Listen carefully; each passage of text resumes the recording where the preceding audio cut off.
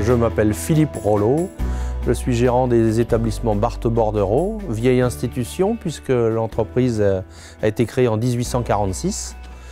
Moi j'ai grandi dans l'atelier, à partir de l'âge de 6 ans, tous les mercredis, enfin jeudi à l'époque, j'allais à l'atelier, ça m'a donné un peu le goût des choses. Et puis voilà, j'ai intégré l'entreprise en commençant par un apprentissage.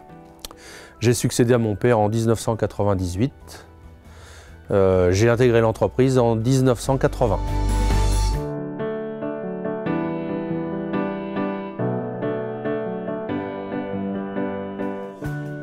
Peu de choses ont évolué depuis le Moyen-Âge, hein, à part nos fers à souder qui sont devenus électriques, nos coupeurs de verre qui sont devenus plus...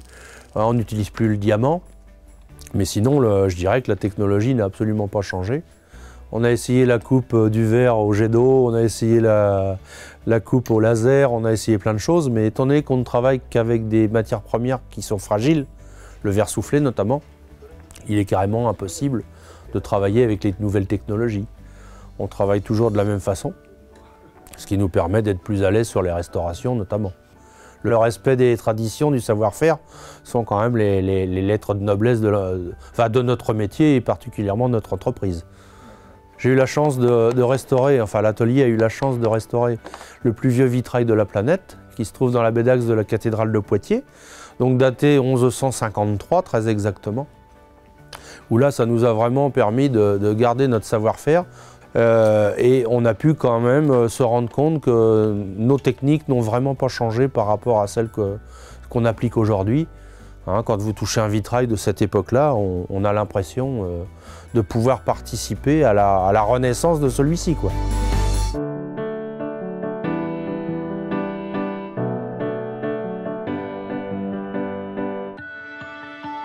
Malheureusement, on est dans une politique budgétaire très compliquée en ce moment. Les départements subissent des pertes de subventions énormes, ainsi que les régions. Donc on est confronté quand même à une baisse de commandes assez conséquente. Bon, aujourd'hui, ce qui n'est plus pris en charge par l'État l'est par le mécénat.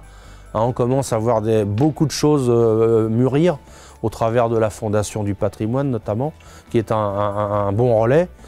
Mais bon, nous, on a un grand débat là-dessus, nous, maîtres verriers, enfin, personne qui travaille l'art et le patrimoine, c'est que si 82 millions de personnes visitent la France, c'est quand même un petit peu pour le patrimoine et il ne faudrait pas qu'on se laisse aller, quoi, parce qu'il y a beaucoup de pays qui tapent à la porte et qui restaurent eux aussi, donc nous, hommes de l'art entre guillemets, espérons qu'une manne de ce tourisme revienne directement donc sur le patrimoine, chose qui n'est pas forcément faite et ce que je trouve dommage, quoi.